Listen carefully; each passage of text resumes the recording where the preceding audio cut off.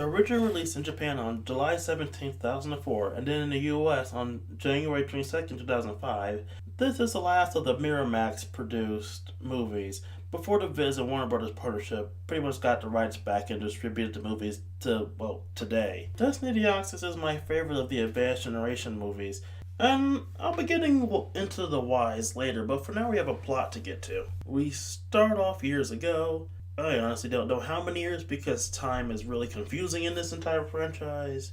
Because Ash is still 10, and yet he's been doing Pokemon for I don't know how long. There have been about 3 or 4 of the people who just turned 10. And my god, time's confusing in this entire franchise. Anyway, mini rant aside, we start off years ago with a young boy on a research trip alongside his father and his father's assistant, when suddenly a meteorite crashes down with Rayquaza right behind it, as he comes to fight the thing that emerges from it, Deoxys, the first alien Pokemon. Kinda, sort of, officially confirmed alien, because Lefairy's still up in here, even though the anime keeps saying Clefairy's an alien. Anyway, the fight spook a bunch of Seal, Celio, and Walrein, which caused him to stampede over the ice. This scares young boy because a bunch of giant Seal Pokemon jumping over his tiny fragile body would terrify anybody. Meanwhile, with the fight, Rayquaza manages to get the upper hand, blasting Deoxys with what was most likely a Hyper Beam, which causes his body to disappear, only leaving behind a stone in his chest. Meanwhile, a bunch of researchers manage to get the remains of the meteorite and manage to find a green stone within it. We cut to 4 years, or what the movie says is 4 years later.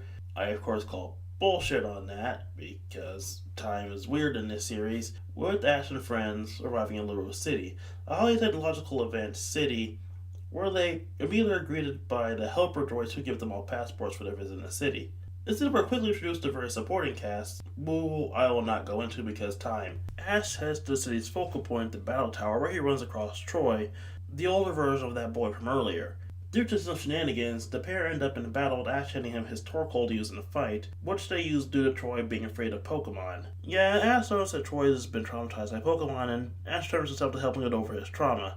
Meanwhile, the Deoxys from 4 years ago arrives in the city, creating an aura across the sky, which confuses everybody. In the meantime, Ash and friends are befriending Troy alongside the supporting cast, and Troy leads them to what he calls his friend, a mysterious green light.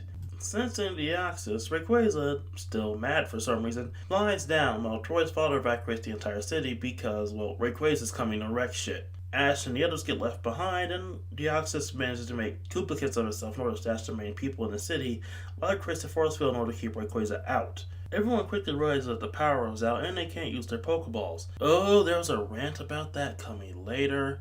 They pretty much go into survival mode and try to get food and water while also trying to find a way to break out from the force field. However, Deoxys quickly finds them and starts trying to snatch them up. They head deep underground to an underground laboratory, where they find a crystal that's projecting green light, the same crystal from 4 years ago, and a core of another Deoxys. Then they realize that the other Deoxys, the one outside, is actually searching for this one in the lab, and they form a plan in order to reunite the two friends. They need energy and power in order to pretty much awaken the sleeping Deoxys, but before that, Ash tries to go save the remaining citizens. As this happens, Rayquaza manages to break through the force field and chase the Deoxys around the city. The group manages to basically jerry-rig some power in order to revive Deoxys, and as their fight continues, Deoxys gets the upper hand and almost kills Rayquaza before the other Deoxys shows up and the pair reunite. However, the reunion is cut short when Rayquaza gets a second wind and starts chasing the two around. However, with the power back on, the robots reactivate and begin attacking Rayquaza and the Deoxys, or Deoxys, whatever the plural of Deoxys is. The pair actually try to defend Rayquaza,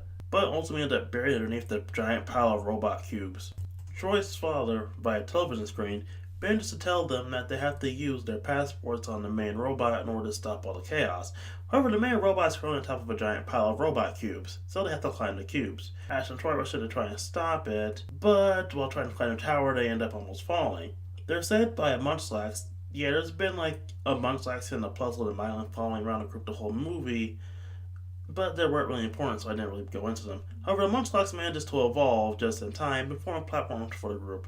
Pikachu leads the path, basically saying what platform is stable for the group, with Ash's friends falling behind it. However, even though the robots are stopped, it's not over because they're now in a giant pile of unstable robot cubes. And of course, it begins to collapse. Troy tries to make a save for a plus on the Minun, the ones that have been falling in the whole movie, and does manage to do so, but it's going to fall face first with a pile of cubes on the ground before Deoxys manages to come up, saving Ash and Troy. Rayquaza and Deoxys fly off, and thus ends our story. So, why exactly is this one my favorite of the Advanced Generation movies? If I have to be honest, I'd say it's the tone.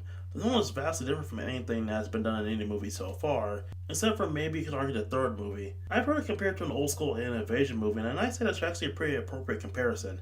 Ash and friends throughout the whole movie are playing on the defensive end, trying to avoid being captured and trying to stop all the chaos caused by Rayquaza and Deoxys showing up. In fact, ultimately, there's no really bad guy in this movie. Rayquaza's acting off instinct, and the Deoxys are just trying to reunite one another because they're lonely. Honestly, the conflict is more akin to a disaster movie in a sense.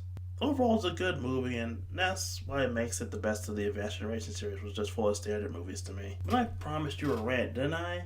Well, here it is, and it's all about the Pokeball management system. Now, I did a whole video, which is no longer available for viewing, about Pokeballs, and the Pokeball management system still makes no sense to me. Is it a power source? Is it data? What is it? It's never really explained, and it's hopefully just there in the movie in order to drive up tension while they just use their strongest Pokemon because they don't have access to them. It's so weird and so random that it actually makes a gigantic plot hole for the entire franchise. Because it begs the question, how do the Pokeballs work? What powers them? Do they have infinite power? What exactly is going on with the Pokeballs? And I know it's something that wasn't intended to, but it just raises so many questions that's absolutely ridiculous. How far does this management system go? Most of the series is actually in forests or whatnot. Do they have like giant cell towers disguised as trees or whatever? Again, the Pokeball management system makes no sense, and its overall purpose is ultimately confusing. It's just a plot element that I'm thinking way too hard about, but I can't help but think way too hard about it because it makes no sense in the overall scheme of the story of the entire anime franchise. If you have an explanation for this thing, I'd really love to hear it, because I can't think of anything about this that makes any sense. So yeah, without further ado, next movie up is Lucario and the Mystery of Mew. We're heading back to Kanto, people.